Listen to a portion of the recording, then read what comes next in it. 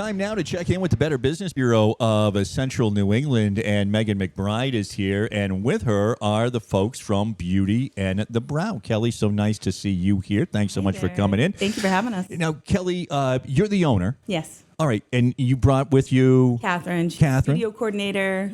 Yeah. Studio coordinator, Yeah, and I'm tattoo, looking at yeah. Beauty and the Brow. Now, this is permanent makeup. Yes. So, I mean, I see the artwork that you guys have. Is this a sample, or this is something different? This is different. So Different, okay. Yeah. What we do is cosmetic tattooing. It's in the same family as traditional body tattooing, but it is different. All right, explain it to me, because obviously, and when you say the brow, I'm well aware that mine are a little crazy, but that's all right. It's part of my part of my trademark. That's fine. What is it that you do? So we offer a variety of services, such as permanent eyebrows, permanent eyeliner, paramedical tattooing, such as areola tattooing for breast cancer survivors.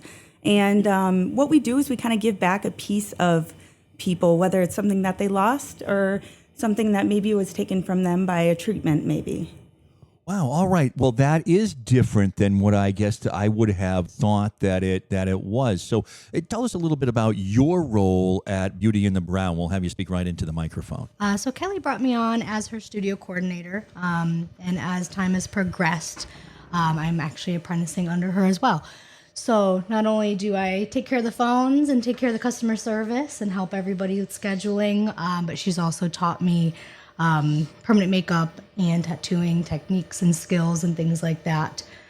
So it's kind of progressed into two different parts of the business. Wow. Before I turn you over to Megan, Kelly, how did you get into this? It was a strangely long journey that I never knew would land me here. I started in the hair industry, hair and makeup, probably about 20 years ago, which is kind of gross to say. But, from there, it kind of progressed where I was working in the film industry, doing indie films and working with other people and seeing how me doing their makeup really brought confidence to their life. And then I wanted to kind of expand on that. Didn't know how, had some kids. And then I found my way here. Tell me a little bit about, if you can, I mean, we don't need to have any names, but people who have come in and this self-confidence, or just some of the stories that have touched you that people have been through. Absolutely. So I have a lot of women. It is mostly women, even though this is not only services for only women. But I would definitely say a lot of women, when they come in, they're working class, they're moms that just don't have time to wake up and do their makeup, but they want to wake up and look put together. So they come in and, I help perfect or enhance what's already there. So taking an eyebrow or their eyeliner and almost adding like a fullness, a symmetry, and they can wake up and not worry about it. They're not makeup artists. They just want to wake up and be able to look like, put together. Is there a fear, or how do you handle if somebody is 30 that what you do is going to be right for them at 40 or 50? How does it go with the aging process? Yeah, so I think that's a really big part of our craft that sometimes I think can get overlooked. Our industry isn't really regulated as much as it should be, and I'm sure it will be down the road. But, when you're thinking about permanent makeup, it's not just something you could take like a 2-day class on. This takes years, and it has taken me probably that 20 years to realize what would look good on a 30-year-old and age well into the 40s, maybe 50s. And that's what you're apprenticing with then. That's sort of what you're learning then. Tell us a little bit about these techniques. Yeah, there's many different techniques. There's a lot of different educators out there, and part of the process is finding the right educator for you, someone that upholds education in general and keeping up with the times and the current techniques and what's best for the skin. So Kelly is someone for me that I saw that, and I was excited to join her and learn from her, because it's really, really important to keep up with what's new, what's safest, what techniques are going to hold for longevity in the skin and things like that. The trends are coming and going, and things, shapes and how you kind of work with the eye shape and the face shape so that it will complement throughout the years. And yeah. Right. Is there a way to kind of go back after 10 years? I mean, is it a process that can continue throughout the years? When it's done the right way. So there's a lot of different pigments. We use pigments instead of inks. Tattoo inks are very different, which people don't know. So as long as the technique was performed properly, proper depth, proper shape for the face, then yes, it can be you can keep going in as often as you'd like, not more than a year. But, there's rules as long as you follow the rules. All right. And in Feeding Hills, we appreciate you coming out here today to be with us. And Megan, beauty and the brow, really interesting.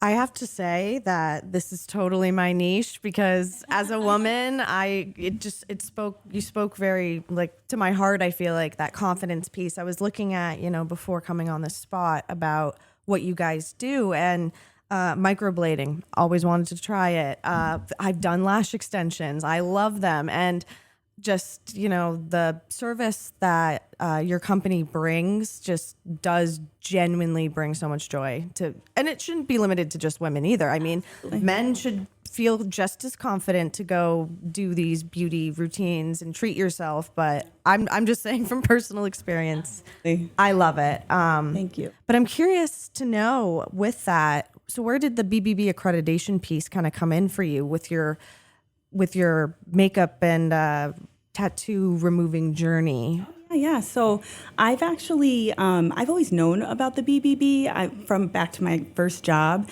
I remember I was 14 and my boss, they were accredited. And, he just explained to me why it's important, why he loved being a part of that community.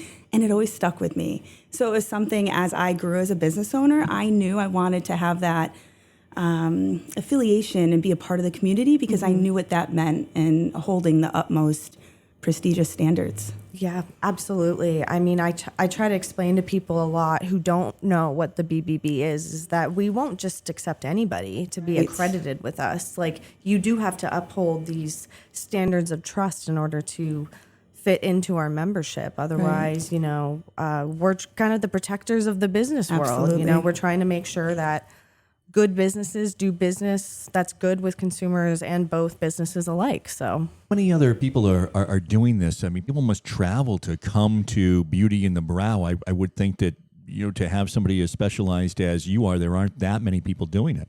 Well, it is a pretty saturated market, but I would say as far as being a specialty. So we're not just brow artists. We're not just permanent makeup artists. We do hold ourselves to that high standard of doing education throughout the year and more than one, usually about 4 to 5. Usually one of those is in person. And we fly to Texas or Las Vegas or wherever it brings us, but we're always learning. And so that I feel like sets us apart from other artists. And there's a lot of wonderful artists, but we do have people that drive 3-4 hours away to come to us.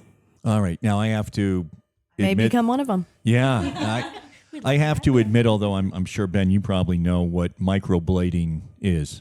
I need to know what is that? All right. So good old Google. So if anybody looks up permanent makeup, microblading is the first thing that will pop up. It's actually something we don't offer anymore. I keep it on the service menu. Well, so the reason why we don't offer it is because it doesn't age well. Oh. No matter how you slice it, pun intended for those who know, you can only do it once, maybe twice on the perfect skin.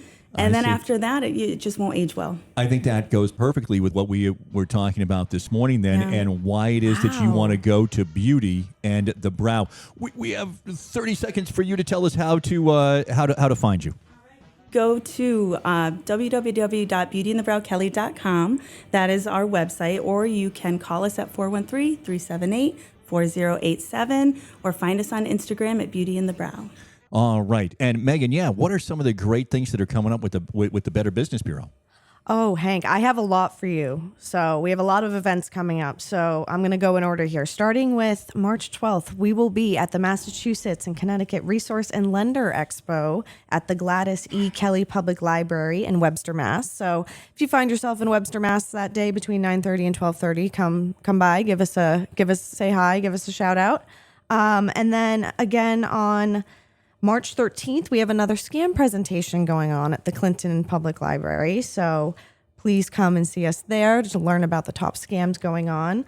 Additionally, on March 15th, that is this upcoming Saturday from 10 a.m. to 2 p.m., we will be at the Home and Community Expo in Northbridge, Mass. So looking forward to seeing a lot of fun faces there. And last but not least, our most prestigious and fun event, our Western Mass Awards on April 24th, 2025 at the Northampton Hotel. We have our two, Catherine and Kelly, are located somewhat close to Northampton, so we hope to see them there that night. So that would be great.